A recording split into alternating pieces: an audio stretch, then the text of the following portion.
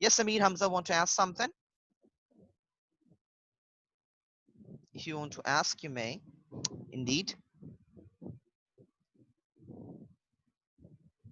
Okay. If no question, we shall move further. Okay. So,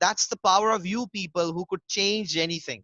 Elsewhere nobody will come to change unless if you want to change. As Allah says that God have those who have themselves.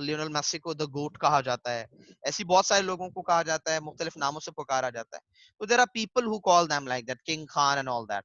They put their heart and soul into the struggle for Pakistan. اب کیا ہو گیا تھا, پوری دل جوئی کے ساتھ جو ہے وہ سب محنت کر رہے تھے ایک الگ ریاست کے لیے. They succeeded in their struggle on 14th August 1947. Pakistan appeared on the map of the world. Iqbal died in 1938 and could not see the actual creation of Pakistan, but he had played a major part in its creation. Quaid-e-Azam praised Iqbal's role in a message on his death. To me, he was a friend, guide and philosopher. اچھا دیکھیں, بلاخر 1947 14 اگست کو پاکستان مارد وجود میں آ گیا. اقبال جو ہے انتقال کر چکے تھے 1938 کو ہی, یعنی اس سے تقریباً 9 سال قبل, اور وہ اصل میں جو حقیقت میں پاکستان کی تخلیق تھی اسے نہیں دیکھ پائے, لیکن انہوں نے اس تخلیق میں بہت نمایاں کردار ادا کیا ہے. Quaid Azam praised Iqbal's role in a message on his death. اور قائد اعظم محمد علی جناح نے حضرت علامہ اقبال رحمۃ اللہ علیہ کہا جاتا ہے ان کو, علامہ اقبال کی موت کے وقت ان کی تعریف میں کچھ جملے کہے تھے, اور وہ کیا تھے؟ انہوں نے فرمایا, to me he was a friend, guide and philosopher. وہ میرے لیے کون تھے؟ ایک رہنما تھے, ایک فلسفی تھے. And during the darkest moments through which the Muslim League had to go, he stood like a rock. اور وہ مشکل کے وقت, وہ تاریکی کا وقت جو کہ مسلم لیگ پر آیا, یا جس سے مسلم لیگ کو آپ کہہ سکتے ہیں گزرنا پڑا, ان تمام تر صورتحال میں علامہ اقبال ہی وہ شخص تھے جو کہ ایک چٹان کی مانند کھڑے رہے. دیکھیں, کسی بھی چیز کے لیے جو چیز سب سے ضروری ہوتی ہے وہ ہے مستقل مزاجی اور ثابت قدمی. آپ بار بار اپنی سوچ کو چینج کرتے رہیں گے, بار بار آپ اپنے ٹیکٹکس کو چینج کرتے رہیں گے, تو آپ کبھی بھی ٹھیک نہیں ہو سکتے, یا آپ کبھی بھی اپنی منزل کو حاصل نہیں کر سکتے. بالکل ایسا ہی ہے کہ آپ ہر خوراک میں اپنا ڈاکٹر چینج کرتے تو کبھی بھی آپ ٹھیک نہیں ہو سکتے.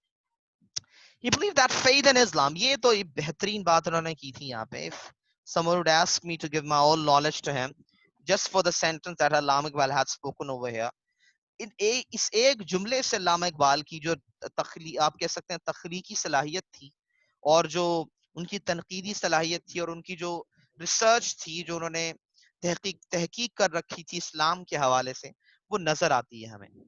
دیکھیں, قائد اعظم محمد علی جناح نے بہت کچھ کیا, لیکن قائد اعظم محمد علی جناح جب ٹریک سے آؤٹ ہوئے تھے تو ان کو لانے والے علامہ اقبال تھے. میں آپ کو بتا چکا ہوں پچھلے سیشن میں کہ کس طریقے سے مولانا شوکت علی اور مولانا محمد علی, یہ دو جو بھائی تھے, ان کے ساتھ تلخیاں ہوئی تھیں کس کی؟ علامہ اقبال کی, کیونکہ نو کوپریشن موومنٹ تھی. میں آپ کو اس کا بیک گراؤنڈ بتا دیتا ہوں. نو کوپریشن موومنٹ جو ہے گاندھی نے شروع کی, اور گاندھی آپ کو پتا ہے کون تھے؟ آل انڈیا مسلم لیگ کے یہاں پہ پریسیڈنٹ تھے قائد اعظم محمد علی جناح, اور انڈین نیشنل کانگریس کے تھے مہاتما گاندھی. تو گاندھی نے کیا کیا؟ گاندھی نے کہا کہ بھائی ہم انگریزوں سے چھٹکارا حاصل کرنا چاہتے ہیں, تو ہم جو ہے وہ کیا کریں, ان کی کسی بھی چیز کو استعمال نہیں کریں گے, ان سے ٹوٹل بوائیکاٹ کریں گے, اور اس بوائیکاٹ میں ہم ان کی کسی چیز کا استعمال بھی نہیں کریں گے, پہلی بات. اور دوسری چیز, یہ جو ان کی عدالتوں میں نہیں جائیں گے, ان کے مدارس اسکولوں میں نہیں جائیں گے, ان سے کوئی چیز نہیں خریدیں گے. اب انگریز کیونکہ ہندو تو اس حوالے سے تھوڑے مضبوط تھے, لیکن مسلمانوں کو قائد اعظم نے منع کیا کہ ایسا نہ کیا جائے. لیکن مولانا محمد علی اور مولانا شوکت علی جو ہے وہ آپ کہہ سکتے ہیں کہ انہوں نے گٹھ جوڑ کر لیا, یا آپ کہہ سکتے ہیں کہ ڈپلومیٹک پالیسیز انہوں نے آپ کہہ سکتے ہیں سائن کر لی. کس کے ساتھ؟ ایک الائنس بنا لیا گاندھی کے ساتھ, اور پھر انہوں نے یہ شروع کر دیا. لیکن اس کا بہت نقصان اٹھانا پڑا مسلمانوں کو, کیونکہ اگر میں آپ سے کہوں کہ بھائی ہم جو ہے وہ, ابھی آپ کو یاد ہوگا پچھلے سال کی بات ہے, پچھلے سال کی, جب ناموس رسالت پہ بات ہو رہی تھی, تو آپ نے دیکھا ہوگا کہ آپ کو سننے کو ملا ہوگا کہ جتنی بھی یونیلیور اور پروکٹر اینڈ گیمبل کی چیزیں ہیں, پروڈکٹس ہیں, ان کو ہم کیا کر دیں؟ استعمال کرنا بند کر دیں. کیوں بند کر دیں بھائی؟ کیونکہ وہ یہودیوں کی بنائی ہیں. تو بھائی ٹھیک ہے, ہم بند کر دیں گے, پہلے آپ یہ بتائیے آپ کے پاس آلٹرنیٹو کیا ہے؟ ہم نے تو آج تک اپنی سوئی بھی نہیں بنائی, وہ بھی امپورٹ کرتے ہیں چائنا سے. تو we did not have alternative at that time as well. تو کہانی ابھی بھی کچھ بہت بدلی نہیں ہے, بس ہماری ایک الگ ریاست ہے, اپنا قانون ہے, لیکن آج بھی اگر آپ دیکھا جائے تو پیچھے ہم ویسے ہی ہیں جیسے آج سے کوئی 70-74 سال پہلے تھے. تو the situation was the same. اور اس پوری پرسپیکٹو میں, تناظر میں ہوا کچھ یوں کہ مسلمانوں کو بڑا خمیازہ بھگتنا پڑا. تو علامہ قائد اعظم نے منع کیا, لیکن جب قائد اعظم کی بات نہیں مانی گئی تو قائد اعظم ان تمام کو چھوڑ کر چلے گئے لا پریکٹس کرنے کے لیے لنڈن. تو پھر اس تمام سچویشن میں قائد اعظم علامہ اقبال کھڑے ہوئے اور انہوں نے کیا کیا, قائد اعظم محمد علی جناح کو لکھا خط, اور اس میں پوری سچویشن میں, اس سے پہلے بھی بہت ساری اونچ نیچ ہوتی ہیں بیٹا, کوئی بھی تحریک اتنی آسانی سے نہیں بن جاتی ہے, کوئی بھی کام اگر آپ کرتے ہیں تو اس میں بہت ٹائم لگتا ہے.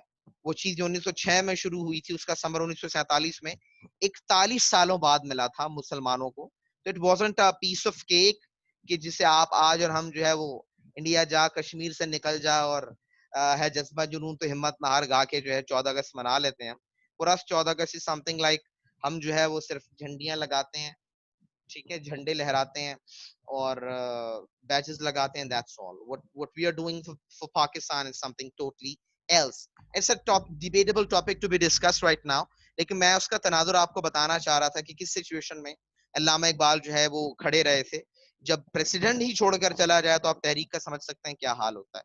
لیکن بالآخر پھر وہ کاوش جو ہے وہ دوبارہ رنگ لائی, اور اس کے بعد جو ہے پھر علامہ اقبال کی جب ڈیتھ کے بعد قائد اعظم نے اس نو کوپریشن موومنٹ کو ریورٹ جب کیا, تو اس کا فائدہ اٹھاتے ہوئے جب ہندوؤں اور انگریزوں کے تعلقات خراب ہوئے تو قائد اعظم نے اپنا الو اس میں بڑا اچھا سیدھا کیا تھا مسلمانوں کو, 1940 میں قرارداد منظور ہو گئی. لیکن آپ اس بات کا اندازہ لگائیں کہ کتنا ٹف کام تھا کہ آن پیپر میں آپ کو کسی چیز کی اجازت دے دیتا ہوں کہ یہ گاڑی آپ کی ہوئی, لیکن میں وہ گاڑی دینے میں آپ کو 7 سال لگا دوں. تو اتنے مراحل آئے اس میں کہ 1940 میں ریزولوشن آف پاکستان پاس ہونے کے باوجود بھی 7 سال لگ گئے. 7 سال کا طویل عرصہ لگ گیا مسلمانوں کو اس کو حاصل کرنے میں, ٹھیک ہے. اور یہ بھی آپ کو بتاتا چلوں, آپ کو سن کر حیرت ہوگی کہ پاکستان کو 1947 میں نہیں بننا تھا. پاکستان اور انڈیا کو جو انگریز چھوڑ کر جانے والے تھے وہ جون 1948 کو چھوڑ کے جانے والے تھے. لیکن یہاں پہ ریلیجس رائٹس اتنی زیادہ بڑھ گئی تھی, ریلیجس اور ریشل رائٹس, یعنی نسلی فسادات اور مذہبی فسادات اس قدر جڑ پکڑ گئی تھی کہ پھر لارڈ ماؤنٹ بیٹن جو آخری بندہ آیا تو انگریز یہ کہنے لگے بھائی ہمیں آج بھی چھوڑنا ہے, کل بھی چھوڑنا ہے, تو کیوں ہم ان فسادات کا حصہ بنے, کو چھوڑ کر چلے جاتے ہیں. تو پھر اس وجہ سے جو ہے لارڈ ماؤنٹ بیٹن جو لاسٹ وائس رائے تھا انگلینڈ کا, اس سے فیصلہ کیا, اور اس کو بھی جولائی میں ہونا تھا. لیکن وہ پھر 1 سال قبل ہی اگست میں 15 اگست میں یہ سب کچھ ہو گیا. اور یہ آپ کو یہ بھی سوچنا چاہیے, سن کر یقیناً حیرت ہوگی, پوچھنا چاہیے اپنے ٹیچر سے جو آپ کو پی ایچ ڈی آپ نے پڑھا یا پڑھ رہے ہیں آپ, کہ بھئی اگر 15 اگست اور 14 اگست صحیح ہے تو دونوں ایک ہی ساتھ الگ ہوئے تھے, تو 14 اگست کو ہم کیوں مناتے ہیں, 15 اگست کو وہ کیوں مناتے ہیں, 15 اگست کو وہ کیوں مناتے ہیں آزادی, اور ہم 14 اگست کو کیوں مناتے ہیں. میں اس کوشچن پہ آؤں گا, آپ کو آنسر کروں گا. Let me end this chapter first. He believed that the faith in Islam made the Indian Muslim one nation. اور علامہ اقبال کا ماننا یہ تھا کہ مسلمانوں کا جو عقیدہ ہے, ٹھیک ہے, اسلام پر, اس نے ہی مسلمانوں کو بھارت کے قوم بنا دیا. یعنی بھارت کے اس وقت کے جو مسلمان تھے ان کو ایک قوم بنانے میں اسلامی عقیدے کا بہت بڑا حصہ تھا. یہ ماننا تھا علامہ اقبال کا. Separate and apart from the Hindus, he strongly believed that in a united India, where the Hindu majority would rule the country, the Muslims could not be developed freely. He had a great love for Islam and was completely devoted to it. Both his prose and poetry reflect this devotion. He always advised Muslims to remain true to their faith. In his Allahabad address, he said, دیکھیں یہاں پہ کیا لکھا ہوا ہے, ان کا یہ مطلب پکا عقیدہ تھا کہ ایک یونائٹڈ انڈیا, ایک متحدہ انڈیا میں جہاں پہ ہندو اور مسلمان مل کر رہیں گے, یہ ممکنات میں سے ہے ہی نہیں کہ مسلمانوں کو ان کے حقوق انڈینز یعنی کہ ہندو دے دیں گے, ٹھیک ہے, انڈینز نہیں ہندو, انڈینز اس وقت مسلمان بھی تھے, ہندو دے دیں گے, ٹھیک ہے. تو پھر کیا ہوا, مسلمان ترقی نہیں کر پائیں گے. یہ تمام ایسی سوچ تھی جس نے کیا کیا, ان کی جو محبت تھی اسلام کے لیے رغبت بڑھا دی, ٹھیک ہے. اور پھر تمام لوگ مسلمان جو ہیں وہ اسلام سے ڈیووٹڈ ہو گئے, ٹھیک ہے. اب آپ سوچیں ایک لمحے کے لیے, میں اگر آپ سے ابھی کہوں کہ آپ کی ایک دکان جمی جمائی سی ہے, یا آپ کا ایک چھوٹا سا ڈپارٹمنٹل اسٹور ہے, وہ آپ کو بند کر کے دوسرے شہر میں جانا ہے اور وہاں سے آپ کو زیرو سے سٹارٹ کرنا ہے. You will be asking, sir, have you gone crazy? Have you nuts? Why would I leave that? I could die, but I won't leave this place because each and everything of mine is associated with it. میرا سب کچھ اسی سے چل رہا ہے, گھر بار چل رہا ہے, میری پوری زندگی کی محنت ہے, میں ایسے کیسے چھوڑ دوں. If you think about. لیکن آپ ایک لمحے کے لیے ان لوگوں کے لیے سوچیں جو اپنی کروڑوں نہیں اربوں کی آج کی جائیداد اس زمانے میں صرف ایک عقیدہ اسلام کے لیے اور اسلام کے نام پہ بننے والے ملک کے لیے چھوڑ آئے تھے. آپ کو سن کر یقیناً حیرت ہوگی. اور بالخصوص مہاجرین, جو مہاجر تھے, وہ جو یہاں بسے ہوئے تھے, ان کو تو خیر وہ ملک ملا تھا, لیکن جن مہاجرین نے وہاں سے ہجرت کی تھی ان کے لیے تو یہ بہت ہی تلخ کام تھا, بہت ہی مشکل کام تھا. but they did it. but they did it, اور یہ ان کا ڈبل سیکریفائس تھا. جو لوگ یہاں موجود تھے ان کو تو قانون مل رہا تھا, ان کو آزادی مل رہی تھی انگریزوں سے, لیکن جو لوگ دوسری یعنی بھارت سے پاکستان کی حدود میں داخل ہو رہے تھے ان کے لیے زیادہ مشکل تھا اپنے آباء و اجداد کی بنائی ہوئی جائیدادوں کو, تمام کاوشوں کو درکنار کر کے صرف عقیدہ اور اسلام کے لیے ایک پورا ملک چھوڑ دینا اور دوسری جگہ ہجرت کرنا, جہاں آپ کو یہ بھی علم نہ ہو کہ وہاں نہ جانے کیا ہوگا. آپ کو پتہ صورتحال ابتدائی دیکھ کر ہندو رہنماؤں نے کہا تھا کہ پاکستان تو بمشکل 2 ہفتے چل جائے بڑی بات ہے, لیکن ہم نے دیکھا الحمدللہ اللہ کی سے بڑے ڈھیٹ ہیں ہم لوگ کرپشن کر کے 72-73 سال جو ہم نے الحمدللہ نکال لیے ہیں, بقیہ کے بھی نکل ہی جائیں گے, اور تا قیامت ہے نا, تا قیامت ہمارا وطن جو ہے وہ کامیاب رہے اور اسی طریقے سے بہتری کی طرف جائے. جتنے کرپٹڈ لوگ ہوں گے اتنے ہی برے حالات میں ہم پھنستے چلے جائیں گے. اور اس سال جو رینج تھی انہوں نے ہمارا جو ہے وہ پانسا پلٹ دیا ہے, دراصل لوگوں کو ریئلائز کروا دیا, آنکھیں کھول دی ہیں. Let's see what people would come up with if we people would unite together. دیکھیں لازمی نہیں ہے کہ آزادی صرف اس چیز سے ہوتی ہے. اگر آپ لیاقت علی خان کی امریکہ میں کی ہوئی اسپیچ کو پڑھیں گے تو آپ اس پہ سنیں گے کہ انہوں نے کیا فرمایا ہے. انہوں نے واضح کیا ہے کہ آزادی کا مطلب صرف ایک بیرونی تسلط سے بھارت اور یعنی ہندو اور انگریزوں سے بیرونی تسلط سے حاصل کر لینا نہیں ہے. آزادی کا اصل مطلب جو ہے معنی جو ہے وہ یہ ہے کہ آپ بیماریوں سے پریشانیوں سے آزادی حاصل کریں. That's what the real perspective of it. He always advised Muslims to remain. Okay, both his pros and okay, where were we? The Muslim could not develop freely. He had a great love for Islam and was completely devoted to it. Both his prose and poetry reflect his this devotion. یعنی ان کی شاعری ہو یا انہوں نے جو کچھ بھی لکھا آپ کو ان میں مسلمانوں سے محبت نظر آئے گی. He always advised Muslims to remain true to their faith in his Allahabad address, he said. اور انہوں نے ہمیشہ مسلمانوں کو نصیحت کی کہ اپنے عقیدے کے ساتھ ہمیشہ جڑے رہیں اور مضبوط رہیں. یعنی اللہ اور اللہ کے رسول پہ یقین اور عقیدہ ہی آپ کو کامیابی دے سکتا ہے. ان کے یہ جو الفاظ ہیں, these are the golden words I would say. کیا فرمایا انہوں نے سنیے گا. I have learned one lesson from the history of Muslims.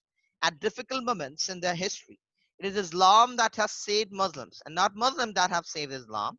If today you put your faith in Islam, you will become strong and united once again and save yourselves from complete destruction.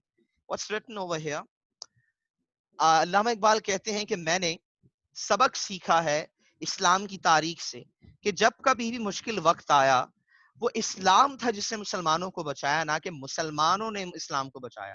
وہ لوگ جو اپنے آپ کو اسلام کا ٹھیکیدار سمجھتے ہیں اور سمجھتے ہیں کہ ان کی وجہ سے اسلام کی بقا ہے, تو یاد رکھیے گا اسلام اللہ کا اور اس کے رسول کا مذہب ہے اور اللہ بہترین جاننے والا ہے, ہر چیز پر قادر ہے. وہ اپنے اس عقیدے کو, اپنے اس اسلام کو جب تک سرخرو رکھنا چاہے گا رکھے گا, اور جب اس کو ختم کرنا چاہے گا, دنیا کو ختم کرنا چاہے گا تو اسے اٹھا لے گا. تو یہ آپ اور ہم نہیں ہیں جو اسلام کو بچاتے ہیں, دراصل اسلام سے ہمارا آپ کہہ سکتے ہیں ہماری نسبت ہے جس نے ہمیں بچائے رکھا ہے. آخری بات ختم کروں گا یہ کہہ کر, ایک مرتبہ جب حضرت عمر فاروق رضی اللہ تعالیٰ عنہ جو ہے وہ واپس آ رہے تھے, ایک سفر میں جا رہے تھے, تو ایک پہاڑ کے قریب جب ان کا گزر ہوا وہاں پہ تو وہ پھوٹ پھوٹ کر رونے لگے. تو پوچھا صحابہ کرام نے کہ اے عمر, آپ اتنے بڑے خلیفہ ہیں وقت کے, آپ سب سے بڑے خلیفہ ہیں اس دنیا اس کرے زمین پر اس وقت, آپ اس قدر پھوٹ پھوٹ کے رو رہے ہیں. تو کہتے ہیں یہ وہی جگہ ہے جہاں پہ میرے باپ نے مجھے چند اونٹ دیے تھے اور کہا تھا کہ انہیں کھڑا کرو, تو وہ اونٹ مجھ سے سیدھے کھڑے نہیں ہوتے تھے ایک لائن میں وہ عمر تھا. یہ تو اسلام ہے جس نے مجھے آج اتنا بڑا خلیفہ دے دیا اور بنا دیا ہے اور اتنا بڑا مقام اور عزت دے دیا ہے. تو انہوں نے یہی فرمایا کہ یاد رکھنا اسلام سے ہی ہماری عزت ہے اور اسلام کی وجہ سے ہی ہم ہیں, ہماری بظاہر کوئی حیثیت نہیں ہے. That's what the perspective has been written in the over here. So I hope that you all have gotten, and if you have any concerns and questions regarding that, you may ask. Any questions regarding anything? The chapter, Allama Iqbal. I have given you the question, okay, and I want you to talk about that in particular. میں نے آپ سے پوچھا تھا سوال کہ بھائی 14 اگست میں پاکستان کیوں 14 اگست کو مناتا ہے, وہ بھارت جو ہے وہ 15 اگست کو کیوں مناتا ہے. اس کوشچن کا آنسر میں آپ سے پوچھنا چاہ رہا ہوں, تو جلدی جلدی بتائیں کیا لاجک کیا ہے اس کے پیچھے. What's the logic behind it? Fatima and Aisha, if you want to ask anything. If not, so you may leave the session. Have a very good time.